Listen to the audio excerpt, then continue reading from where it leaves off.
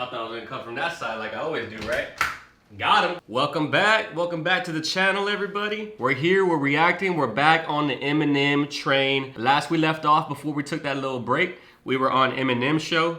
Now we're gonna be going on to Encore. Encore was not received as well as the previous albums. This is kind of when he started really having issues with his life. This is kind of when he really started using drugs and not really ever being sober in the booth. And you can kind of tell based off of the loose structure of the album, it's not really as refined as the last 3 or 4 albums were. But there's still some good shit on this album. And we're gonna be reacting to Yellow Brick Road. The reason I picked this song is because I feel like in order to understand why it's such a good song, you have to understand the backstory of the song. We might as well get into it right now. So during the beef with him and Benzino and Murder Inc. and Interscope and Aftermath Records, one of the things that kind of hurt Eminem in the whole thing was that a song that he had made when he was younger, he made a song that kind of had racist undertones because he wrote it in anger after he broke up with a black girl and there was a lot of turmoil going on in his life in the community that he was trying to so desperately be accepted in. That surfaced, that was probably the biggest blow that he took in the entire longevity and lifespan of the diss back and forth. So let's just go ahead and jump into it and let's see if we can hopefully help you understand why I picked this song, why I think this is a banger, and if you know the background story behind everything, it makes it even that much stronger of a song. What we have to do is deal with it when these individuals are young enough, if you will, to be saved, not in a religious sense, but not to constitute what this country at times calls a throwaway children.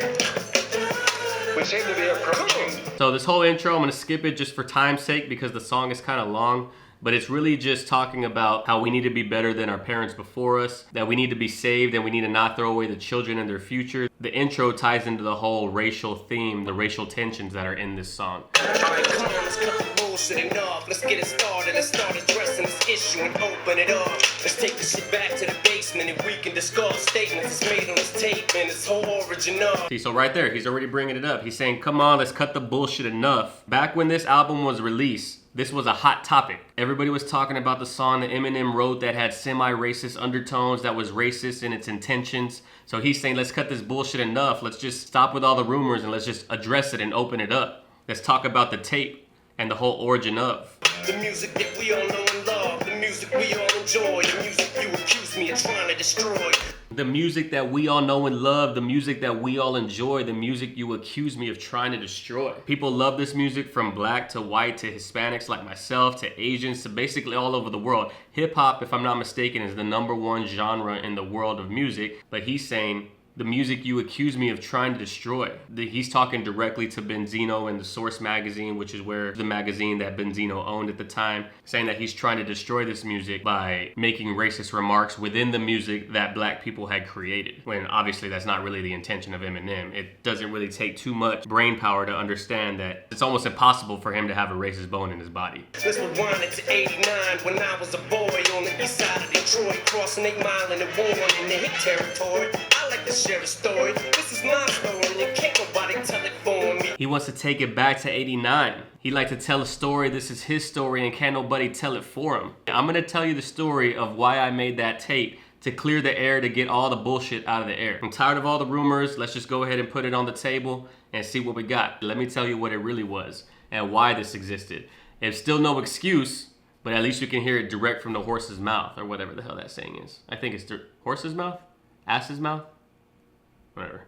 And can't nobody tell it for me. You would well inform me. I'm well aware that I don't belong here. You made that perfectly clear. I get my ass kicked damn near everywhere. From the last shopping center just for stopping in there. From the black side all the way to the white side. Okay, there's a bright side. A day that I might slide. You may call it a pass. I call it hauling my ass. You have well informed me. I'm well aware that I don't belong here. You made that perfectly clear. First off, those slant rhymes are crazy. Second off, he's talking about the fact that because he's from one of the poorest sides of Detroit and he's white, it's almost like he doesn't have a presence anywhere in his culture, anywhere in his town. He can't go to the black side because he's not black. He can't go to the white side because he's poor and ghetto. Okay, there's a bright side, a day that I might slide. You may call it a pass, I call it hauling my ass through that patch of grass over them railroad tracks. Like a day that I don't get my ass kicked, you might call it a pass. I call it hauling my ass. I'm having to run from bullies from the black side and the white side.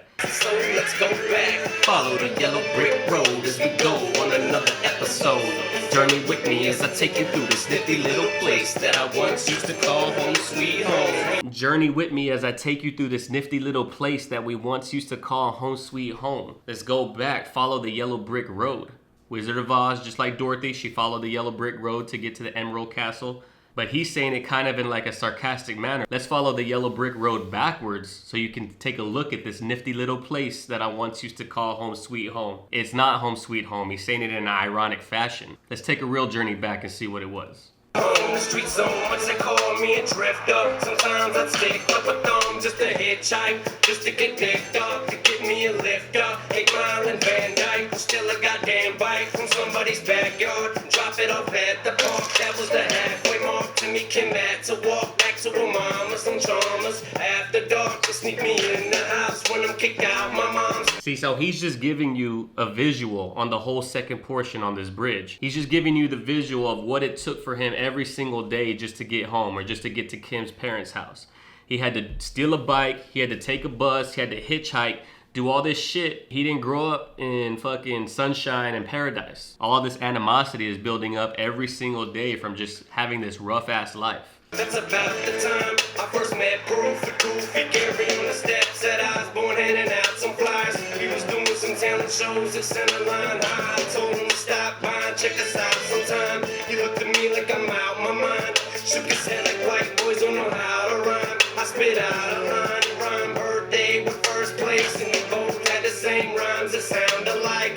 We was on the same shit, that Big Daddy Kane shit, but compound syllable sound combined. From that day we was down the ride. Somehow we knew we'd meet again somewhere down the line. So that whole bridge is just him setting up the struggles that he had on the streets, just trying to get from school to home. Not really homeless, but kind of homeless. Sneaking into Kim's house, staying at his mom's house, you know, kind of just going wherever the wind may take him.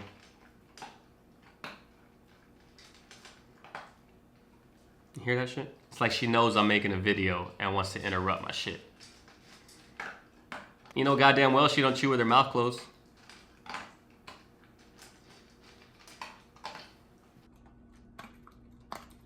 Hey.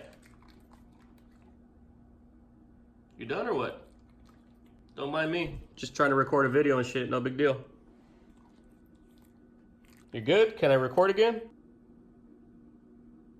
I appreciate you. So after he talks about his struggles and all the things that he was going through, you know, just trying to live life and all the animosity, and just imagine the tension that's building in your mind, having to live those same 8 bars every single day of your life. And then this is where the song kind of changes, and this is when he meets Proof, and how he kind of got a little bit more serious into the rap game after he met Proof at Osborne High School.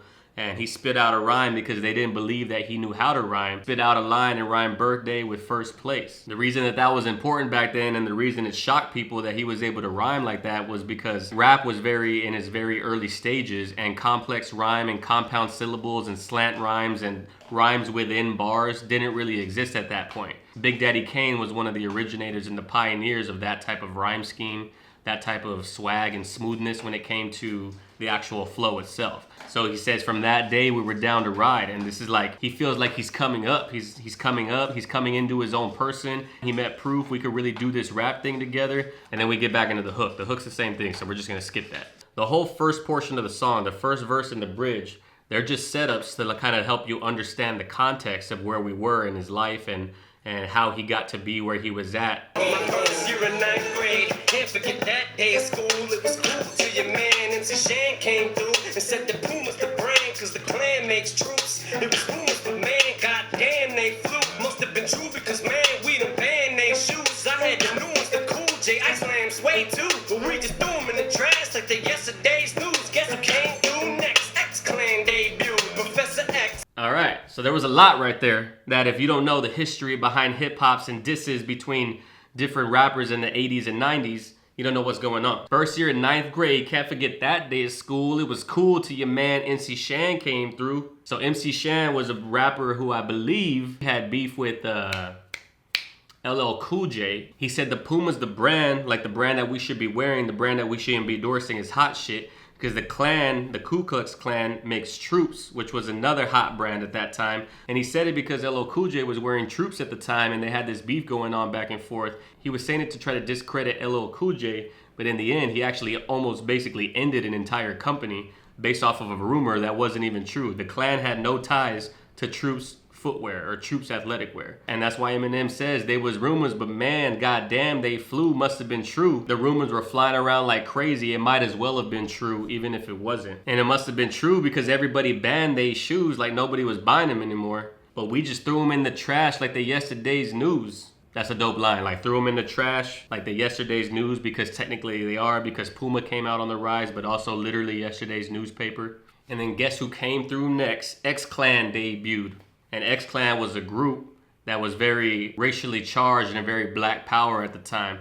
And then that's when it kind of all falls apart for Eminem. X-Clan debut, Professor X and Glory. Exists in the state of red, black, and green with a key. Sissies. Now with this being a new trend, we don't fit in. Crackers is out with cactus albums. Blackness is in. African symbols and medallions represent black power. And we ain't know what it meant. Me and my man Howard and Butter would go to the mall with them all over our necks like we're showing them off. Not knowing at all we was being laughed at. You ain't even half black. You ain't supposed to have that. Homie, let me grab that. And that Flavor Flav clock, we gon' have to snatch that. All I remember is meeting back at Maddox's basement. And X-Clan debuted, and their album was heavily racially charged, all about black power, just like he says. Not racially charged, I guess, per se. Anti-white, not very anti-white, but enough to make you say, like, damn, they're kind of talking shit about white people. Now, this is the new trend. The red, black, and green African symbols and medallions representing black power. We don't fit in, talking about white people, Eminem, people who are trying to fit in with this hip-hop culture because they grew up in the ghetto of Detroit,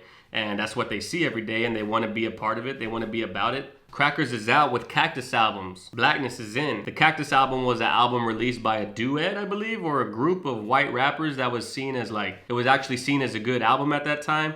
But as soon as Professor X and the X-Clan came through, that shit was basically ceasing to exist. So here they are trying to flip their trend and go into the new red, black, and green. And they ain't know what it meant. Him and his two white friends, Butter and Howard, would go to the mall with African medallions and symbols and showing them off, not knowing at all that they're being laughed at. Like, you shouldn't even have that. You ain't even have black. Because they were so young, they couldn't understand that these weren't fashion symbols, that these actually had symbolic meaning toward the culture, toward the black culture, toward African Americans. They ain't grow up with that. They don't know anything about that as white dudes. They're just trying to fit in with the style that they thought was style. But really it was a movement, and a movement that they don't belong to. That they snatched those chains away and they were pissed and embarrassed and they ran back to his homeboy's basement. All I remember is meeting back at Maddox's basement, saying how we hate this, how racist, but dope, the X-Clan's tape is. See that line right there? That's hella important. All I remember is meeting back at Maddox's basement and saying how we hate this, how racist but dope the X-Clan's tape is. Like, he wants to be a part of the music. He wants to be a part of what they're saying. But the hottest group in the game with one of the hottest albums was saying that white people don't belong anywhere near black culture. So imagine being an adolescent white dude who has talent to be a rapper, and you like the group that just came out and they're changing the whole style and the whole landscape of hip hop, but they're telling you that you can't be a part of it. Like, imagine how fucked that is in the mind for him. Like, damn, I want to be a part of this, but the people that I look up to are telling me that I can't. Back in 89, me and Kim broke up for the first time. She was trying to two-time me. And there was this black girl at our school who thought I was cool because I rapped, so she was kinda eyeing me. And oh, the irony, guess what her name was? Ain't even gonna say it, plus the same color hair as hers was, and blue contacts, and a pair of drugs. The bomb is goddamn girl in our whole school. If I could pull it, not only would I become more popular, but I would be able to piss him off at the same time. But it backfired. I was supposed to dump her, but she dumped me for this black guy. And that's the last I ever seen or heard or spoke to the old foolish pride girl. But I've heard people say they heard the tape, and it ain't that bad, but it was. I singled out a whole race, and for that I apologize. I was wrong, cause no matter what color a girl is, she's still a soul. Let's go back. And then he's got the problems with Kim. She's trying to two-time him, and he tries to get back at her with this black chick, this really popular hot black chick at school. She dumped him, and it ruined his whole plans, and basically his life was right here. His life is shit, poor, white trash, Boom, comes on the come up a little bit when he meets Proof and they tell him that he has skills and they want to be something. And then X-Clan comes out telling him that even though you have skill, you don't belong in this game because you're not black. And then again, boom, Kim starts cheating on him. But oh, I kind of have this brilliant idea to get with this black chick and make her mad. And then boom, he gets dumped by that black chick. All of that animosity building up. And he takes it out on that chick, the old foolish pride girl, which is the name of that song and who he wrote it about. And then he says, but people say they heard the tape and it ain't that bad. But he's saying it was because I singled out the whole race. Even though I should have just singled out the one girl, I said things that were racially charged about her, which singled out the whole race, and for that I apologize. Because no matter what color a girl is, she's still a hoe. And that's it. And you can judge for yourself if you go back and try to find that song on the internet, on YouTube or what have you, and see how bad it really is. And now that I know the whole story behind it, I was like, all right, I can kind of see why he was upset, because there was a lot of racially charged things that were telling him that he can't be a part of the only life he wanted to be a part of. Here come all of his idols telling him that because of the color of his skin, he doesn't belong here. But yeah, I hope that song makes a little more sense. It's about one specific incident and everything that led up to it. I appreciate y'all guys' time for being here. Sorry my dog decided to have a fucking throw a little munch in the middle of this video. Either way, you got to see her up close and personal, like Jay Bettis. No one knows who that is. I don't know why I made that reference. Thank y'all guys for being here. As always, I guess that's my outro because I do that shit on every video. Peace.